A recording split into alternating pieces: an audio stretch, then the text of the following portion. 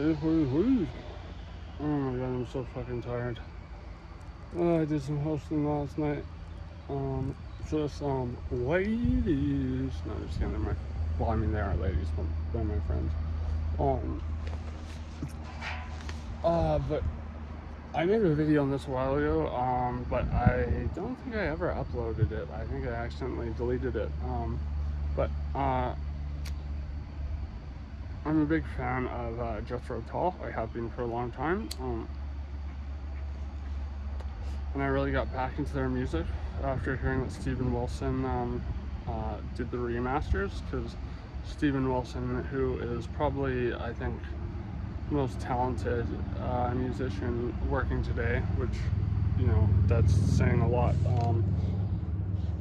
but I think he sure earns at least the title of King of Prog Rock, which I think Robert Fripp bestowed upon him. So from, you know, the guy who was the guitarist for King Crimson, arguably the first like real prog rock band, you know, and Steven Wilson just has a knack for finding super talented people, playing numerous instruments, for producing, recording, like he did the remasters for Prince, Yes, Genesis, Jethro Tull. I don't know if there's anyone else. I know it's not cheap. I think it's about $400 or $200 million or something like that for him to remaster a whole discography, because he does it all via analog.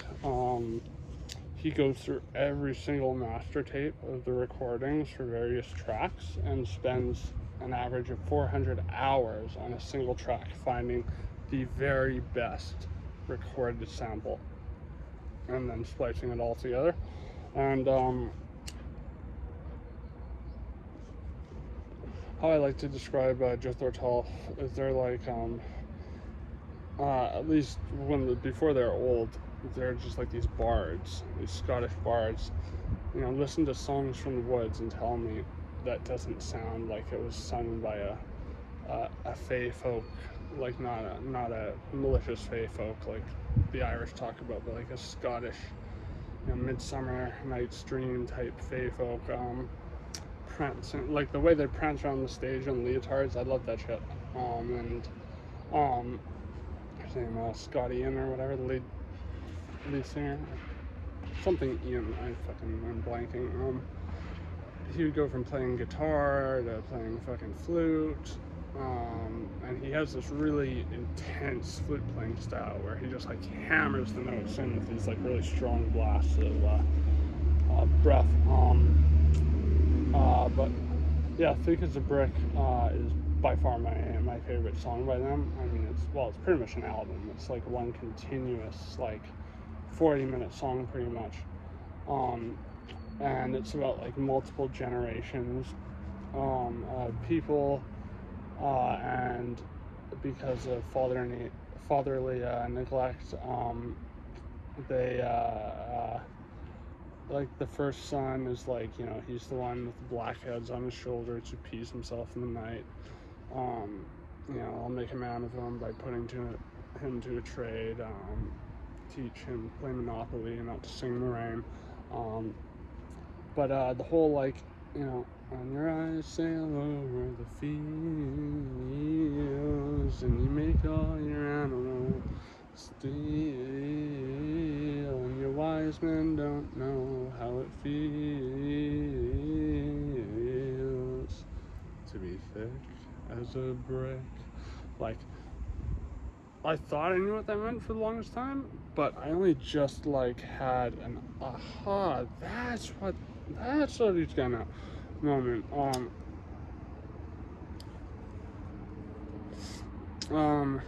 And it was partially from like really paying attention to the lyrics of the second part of the song, because I mean, it's kind of hard to spoil the story of like a concept song or sprawling concept song / album. But yeah, so like basically the first part is like this young kid who gets sent off to war, and it's like talking about how, like, you know, and the poet lifts his pen, and while the soldier sheaths his sword, like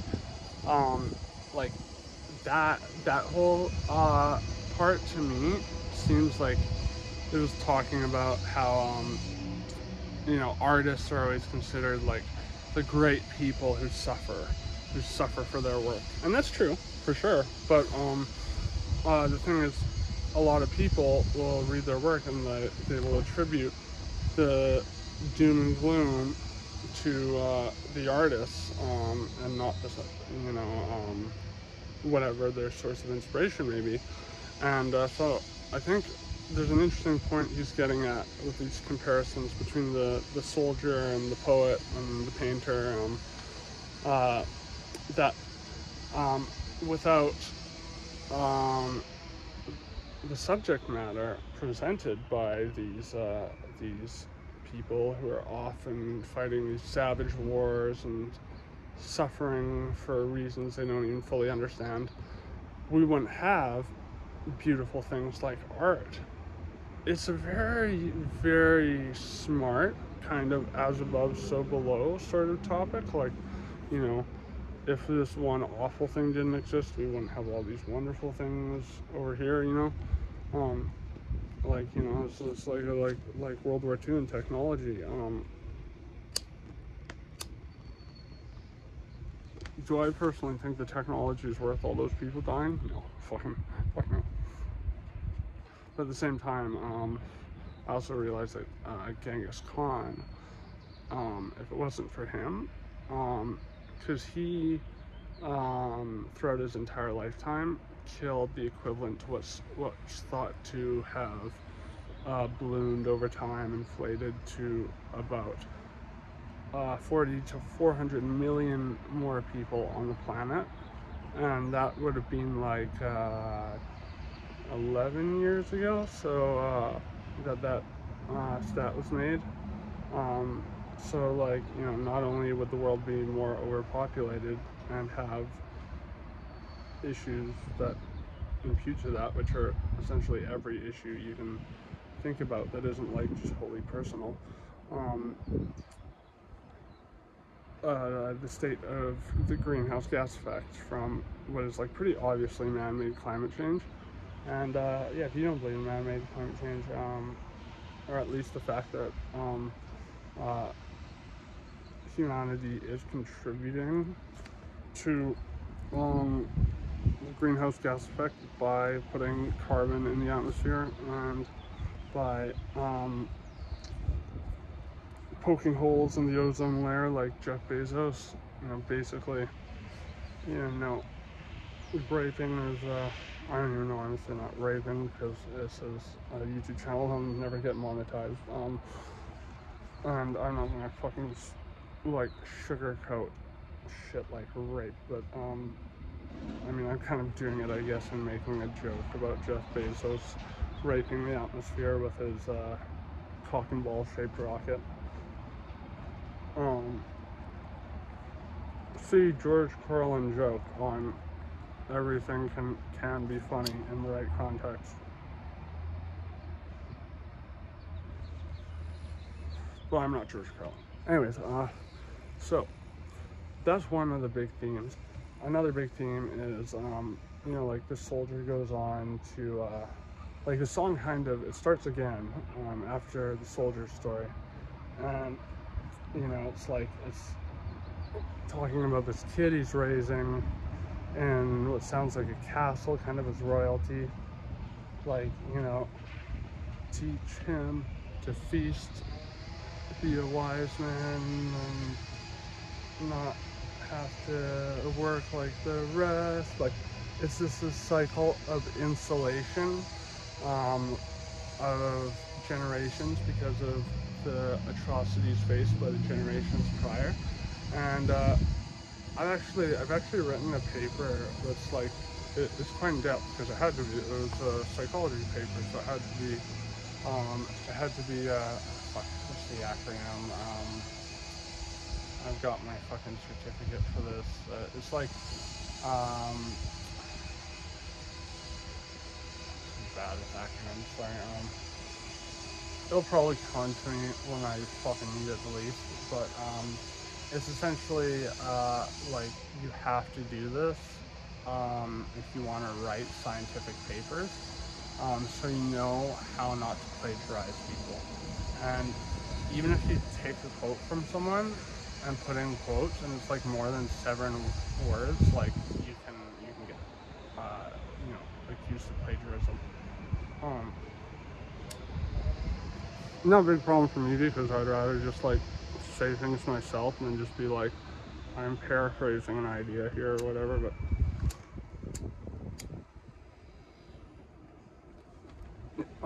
yeah, I wrote a paper on that, epigenetics, and how like various studies showed that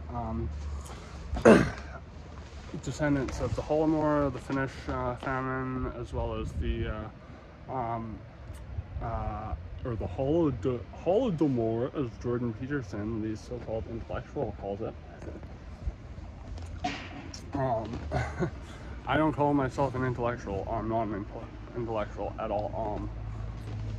I think that doesn't mean I think on a like highbrow level in the slightest.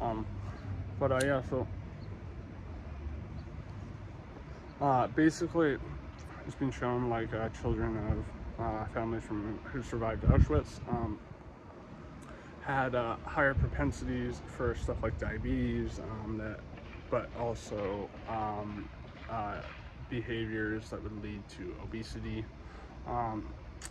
Like the diabetes wasn't hereditary; it was usually because they overindulged in sugar, as well as had more of a penchant to smoking and other addictive tendencies.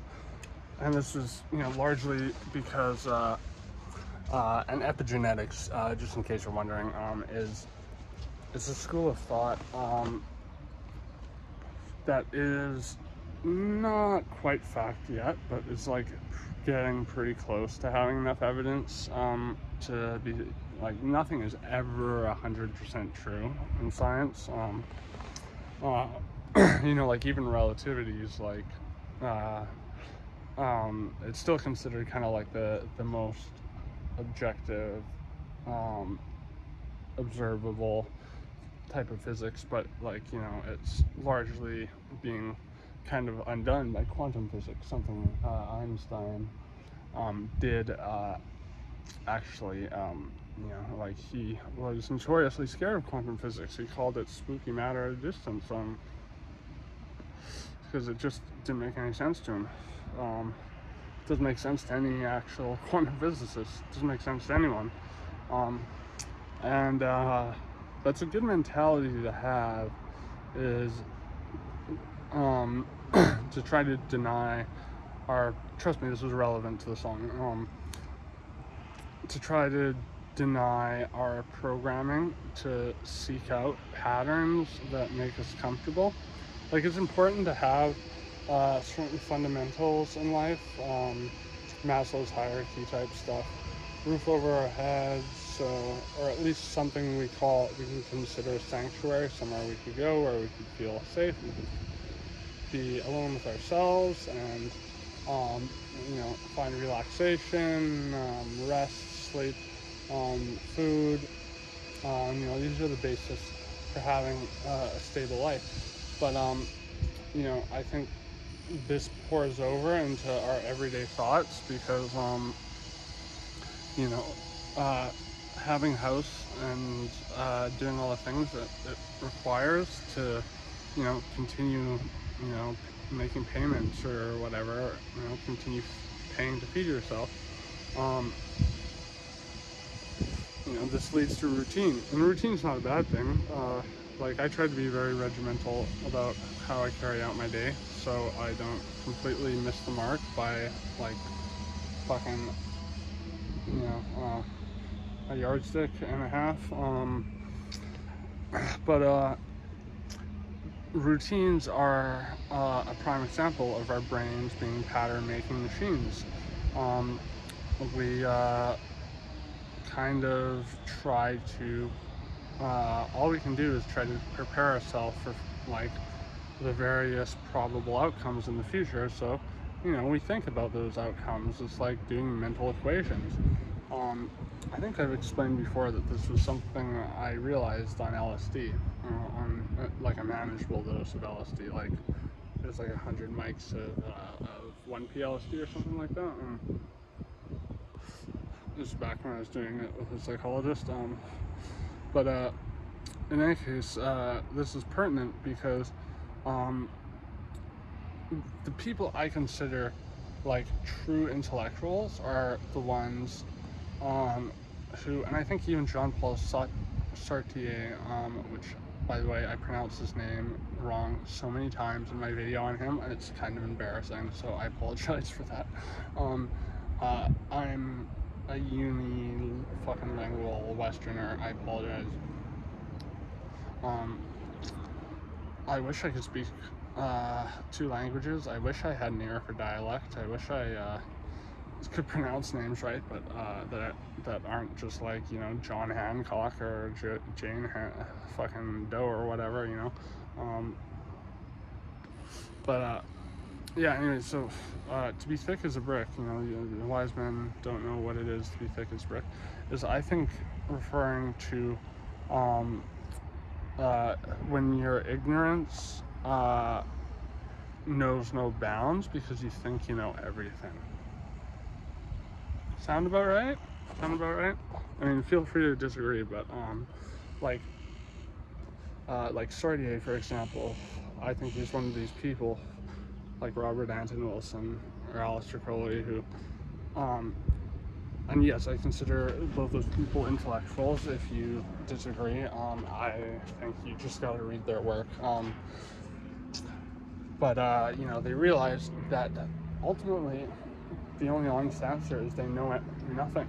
They know nothing in the grand scheme of things. Because all we can do, this led to Robert Anton Wilson's maybe logic, and maybe logic is, it's like my fucking mantra when it comes to living, and coming up with ideas and so on and so forth.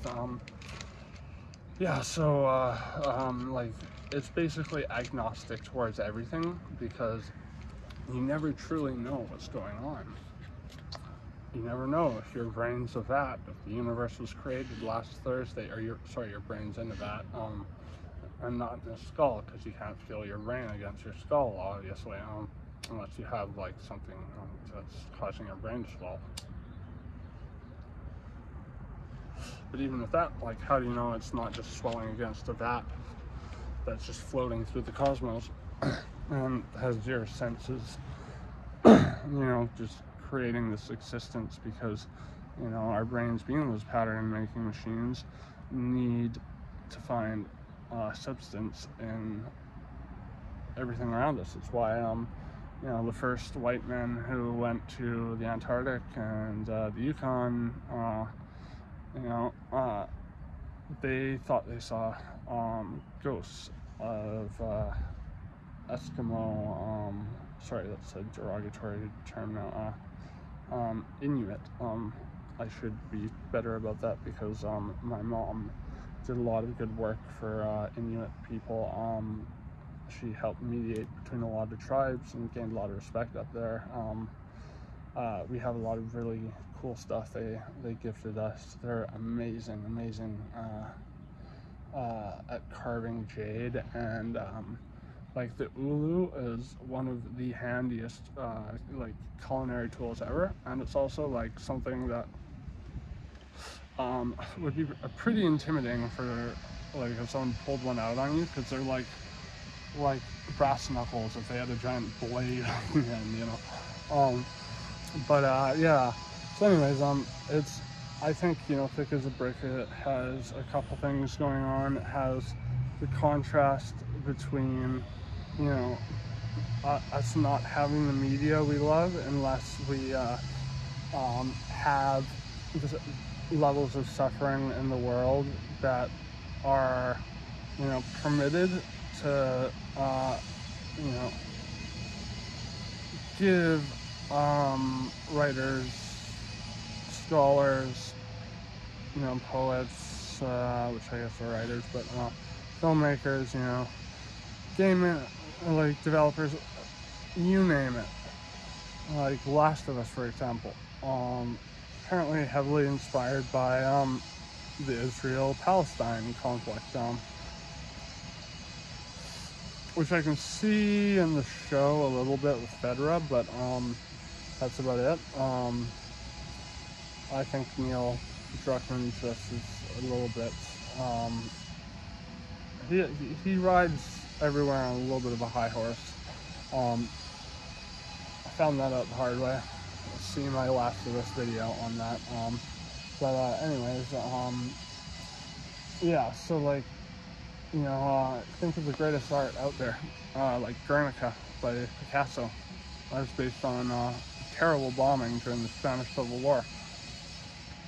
You know, we wouldn't have 1984 if it wasn't for Orwell being involved in the Spanish Civil War and becoming disenchanted with Stalinism, which was considered to be internationally like a good thing because it was like, you know, lucrative to be in bed with Stalin for countries like Britain and what have you, until, you know, of course they started encroaching on oil reserves, key Gulf War 1 and 2,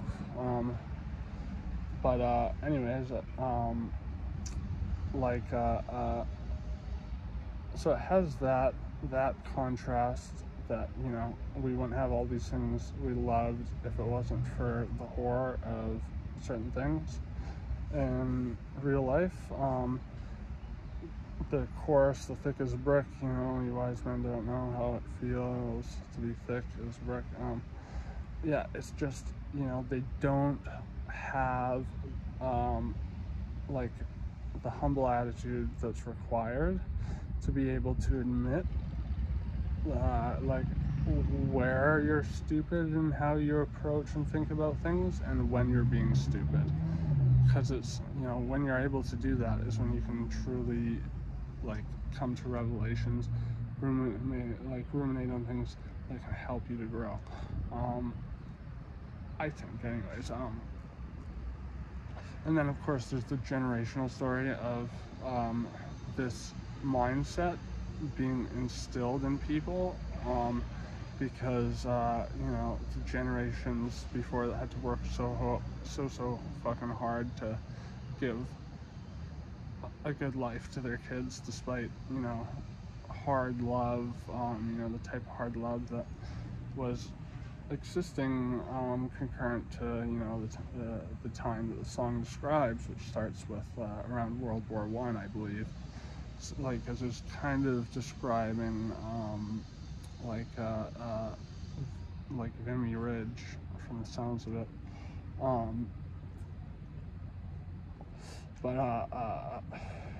like, by insulating those kids in wealth, and teaching them to be smart, unlike they were, you know, the fathers that preceded them, these fathers that, you know, couldn't face their own fathers. Like, there's a great line in the song where it's like, something like, and I told my father what for, just 20 years too late, with the first story, and like, by doing that over and over and over again, and coddling, isolating, you know, you see stuff like this in Black Mirror, like in that episode where, back when Black Mirror was still, like, good, at least kind of good.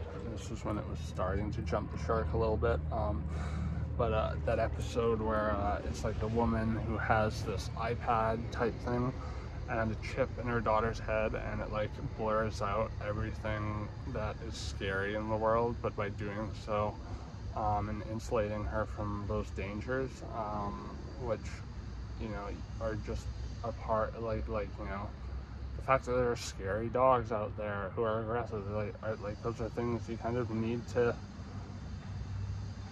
just understand, and, you know, like, are you gonna get ripped to shreds by a dog one day? Well, probably not, but, you know, it does help, that dog, for whatever reason, is attacking you violently, that you can punch them in the snout, and that's usually enough to get them to back off. Like just knowing that could, like, you know, save your life. But you know, so just censoring the small little things that people have to know at some point in their lives anyways is well, it's bad. Yeah, you know, can we agree there? You know, I had friends who wanted to do the whole Ben Shapiro thing of, oh, I'm gonna have kids and I'm gonna make sure they don't even know what the internet is till they're 18, and I'm like, ooh, like, that may not be the best idea, because once they find the internet and like, holy fuck, I can watch all this porn, I'm getting all these dopamine rushes all of a sudden, like, you know, the whole argument of whether or not kids should have social media, that's another argument, which I don't even want to open that can of worms today. But yeah, so anyways, those are just my takeaways. And you know, like what kind of made me want to re-record this was just and I don't know if this person's being sarcastic. I am pretty sure they are, but I don't really care if they're being nice. That is a nice thing of them to say. But the comment they left on my last video, it's, you know, it could be a troll, but you know, like the thing that was the common thread between the artists he mentioned was that they never got really any recognition until after their death. This person who, you know, if that was a genuine sentiment, thank you, but you know, they didn't mention that. But I was like, why am I being compared to Van Gogh here? And I'm like, oh yeah, that's because they were all broke, and you know, everyone like wrote them off as crazy or whatever. And you know, like Kafka was, I think he was evicted from numerous places he lived because he would laugh maniacally after writing his very like dark stories, so loud that he would wake his neighbors up and like kind of freak them out a little bit. And yeah, and I want to end this by saying, you know, not making money off this channel isn't my concern.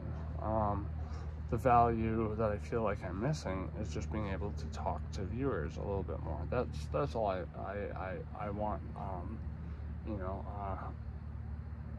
because there's a lot of me that's just killing for conversation, you know, and there's a lot of things I want to talk about that just a lot of people don't really find interesting. But I think, you know, even if they don't know much about it and they put a little thought in it and energy, put a little energy into engaging it and going in with an open mind, you know, I'm happy to, like, I love showing people new sort of like obscure gems that were just buried for one reason or another, you know, be it like a controversial TV show or whatever, that is like every episode's like art house cinema, you know, like I like to call it literature on screen. Like when I see The Lighthouse, like I'm like, wow, that felt like I got kind of a similar feeling to the heavy, drear and existential, metaphysical dread that I felt after reading As I Lay Dying by William Faulkner. Yeah, or Blood Meridian, but except there's much more moral ambivalence in the movie The Lighthouse than there is in Blood Meridian, that's for sure. Yeah, anyways, Thick as Brick, fucking timeless song by Jethro Tull. I can listen to that song every day and not get tired of it. It's just so good, and it just has such energy, and it's, you know, they're just one of those bands that happen to be like even better live. Yeah, so make sure you wise men know the balance of your ignorance, be able to admit when you're stupid, you're being an idiot, and you're being dense and stubborn and refusing to learn. I think that's highly important. But also,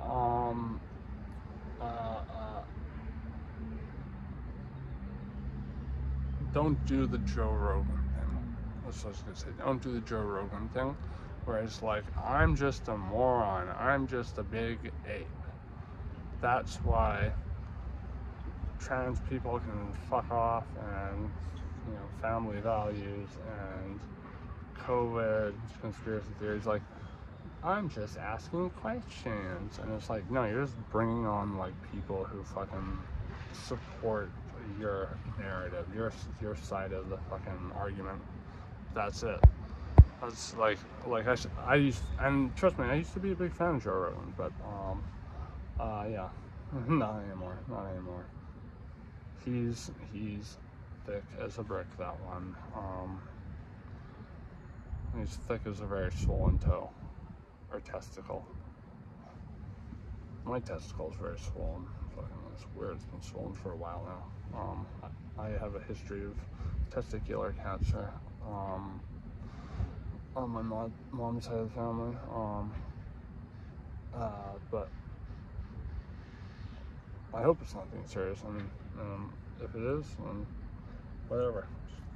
It made me the fuck out of this world. I don't care.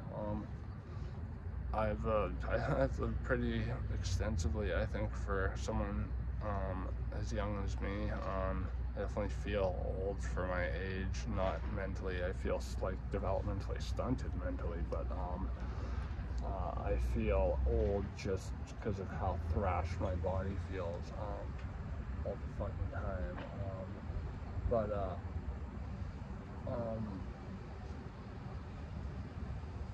And I also just tend to get along with older people a bit more. Like, I was making friends with these cool Gen Z. Gen X were like my friends' parents. Like Gen Z kids who were from Iran, and one was Iranian. He lived in Germany for 10 years. Super interesting because he had the Middle Eastern sort of complexion, but he had really bright blue eyes. It was like he looked like a really neat, like, I don't know, like almost like a Fremen or something. And the Fremens in Dune are based on like Dune is heavily inspired by Lawrence of Arabia. The stories are almost identical, just one is like heavily filtered through this lens of like highbrow sci-fi fantasy. And I love Dune. I love Frank Herbert, man. Just as a person, as a scholar and a writer. It is based on the Arabian populace being slaughtered by the Austro-Hungarian forces in World War I, and then T.E. Lawrence was this white man who lived among them and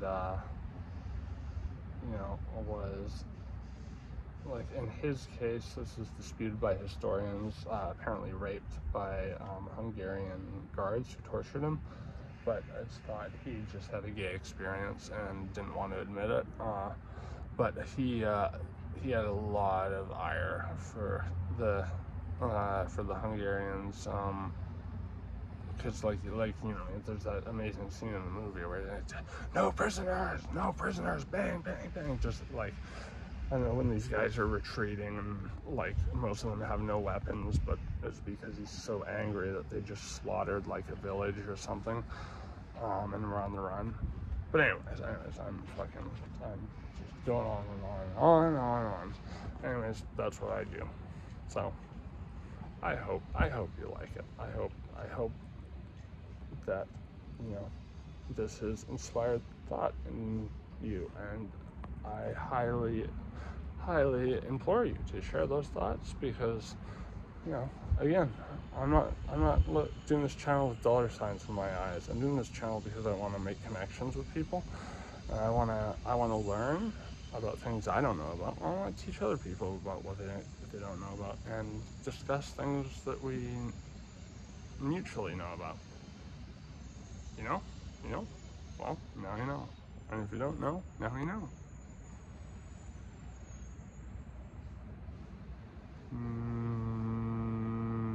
Now I'm going to say goodbye.